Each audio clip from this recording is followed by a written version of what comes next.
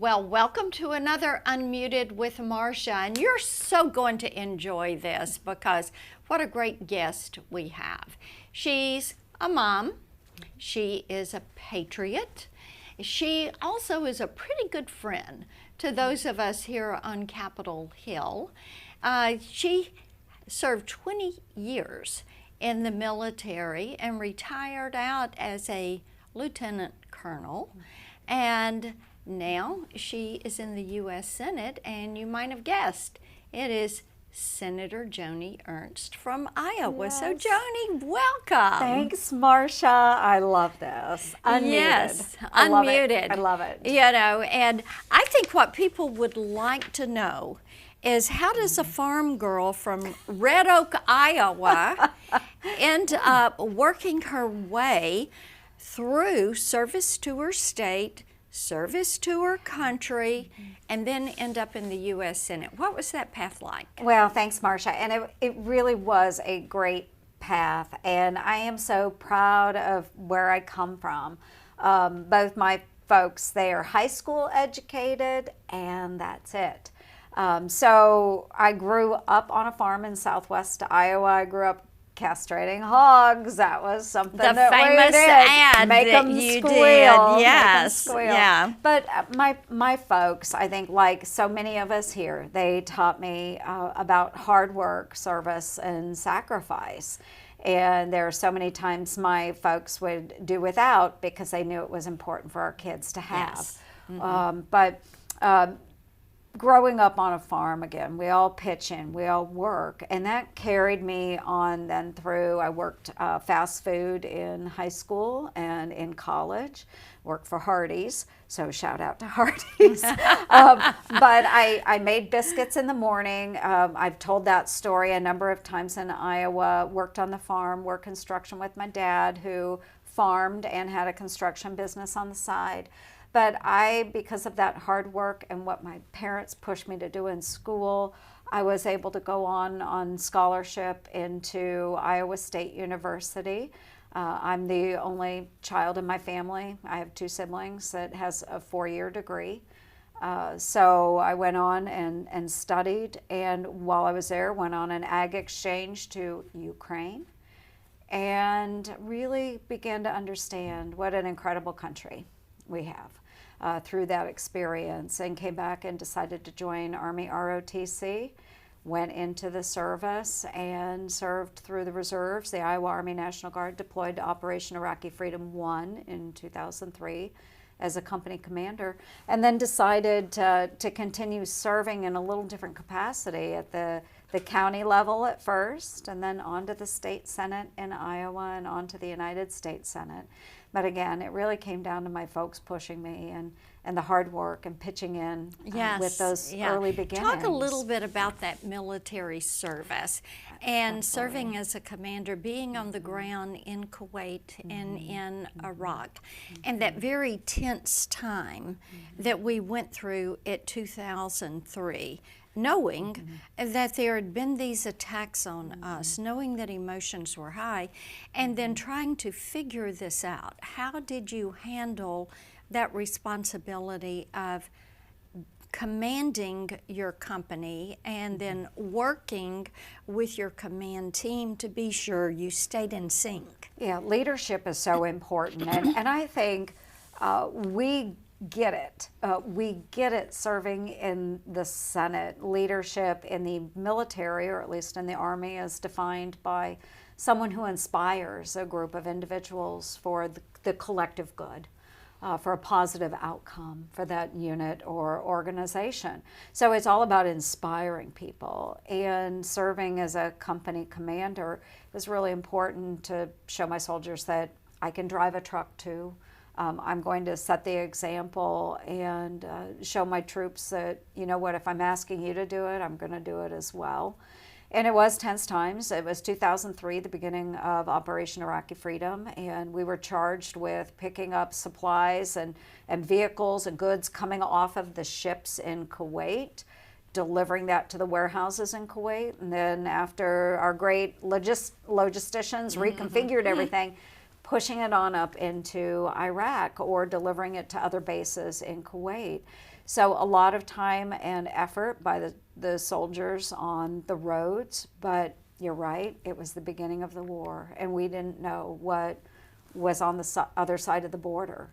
The rules of engagement, you know, you have to abide by that as you're traveling on the roads. And there were tense moments, but I have to say I was very fortunate. My troops all came back home healthy, whole, safe, and a couple of the other Iowa National Guard transportation units did not come back whole. And I know their commanders hate that. But we know that, and you know full well, because you've got so many wonderful military men and women that serve in your great state of Tennessee. They give so much for our country. But, oh, they absolutely give do. so much. Yeah. Now, you mentioned your parents and growing up on a farm, and important lessons come from that farm life. I had that also, and obviously yours are seated in conservative values. Yes. And you are a leading conservative voice in this country. Walk through how you arrived at that value set and how that really directs the work you do every day. Absolutely, Marcia, and I know you feel the same way. You are a strong pro-life conservative woman, and that's how I was raised as well. Just valuing what everyone can bring into this blessed world and what we can contribute. No matter how great or small, every life is valuable. My parents taught me that, and everybody can contribute in one way or another. And so all of us have different talents, and between my brother, my sister, and I, we all had very different talents, but we all contributed in a different way. My folks expected us to work. I can remember one life lesson where I was so tired. I was in high school. I had been up late.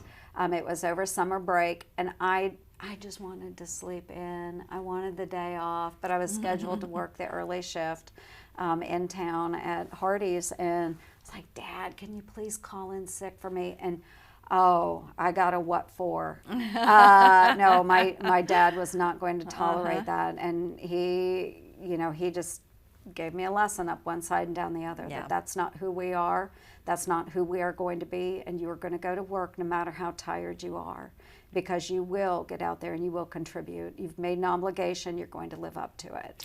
You know, and I think that's when we talk about how important it is for our country to keep its obligations, and for our friends to know they're our friends, and our enemies to fear us.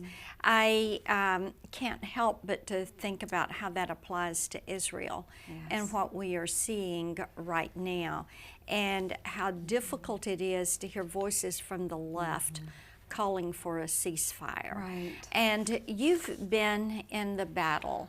So what do you say to those that are calling for a ceasefire and are attending pro-Hamas rallies? I mean, what do you say? It's discouraging and disheartening, just personally, to see that. Yeah. But what I want them to know and understand, that America is the greatest nation on the face of the planet.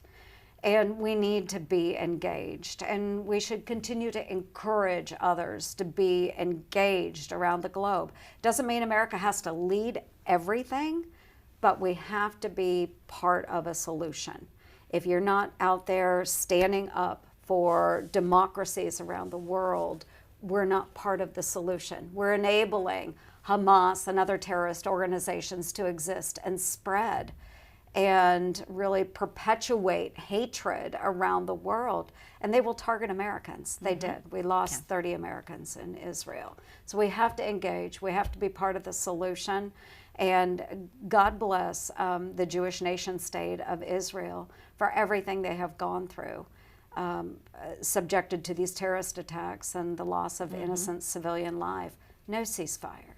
No ceasefire. Israel, do what you need to do to get rid of Hamas. And we should support Israel. Yes. Yes.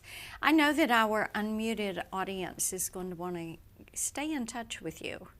and hear from you. So tell me where we find you on social media and your website. Absolutely. So you can go follow online at ernst.senate.gov. You can sign up for my newsletter. I have a lot of great Squeal newsletters where we focus on government waste and our solutions to that on Twitter, or what was formerly known as Twitter, Yeah, now X. at Send Joni Ernst.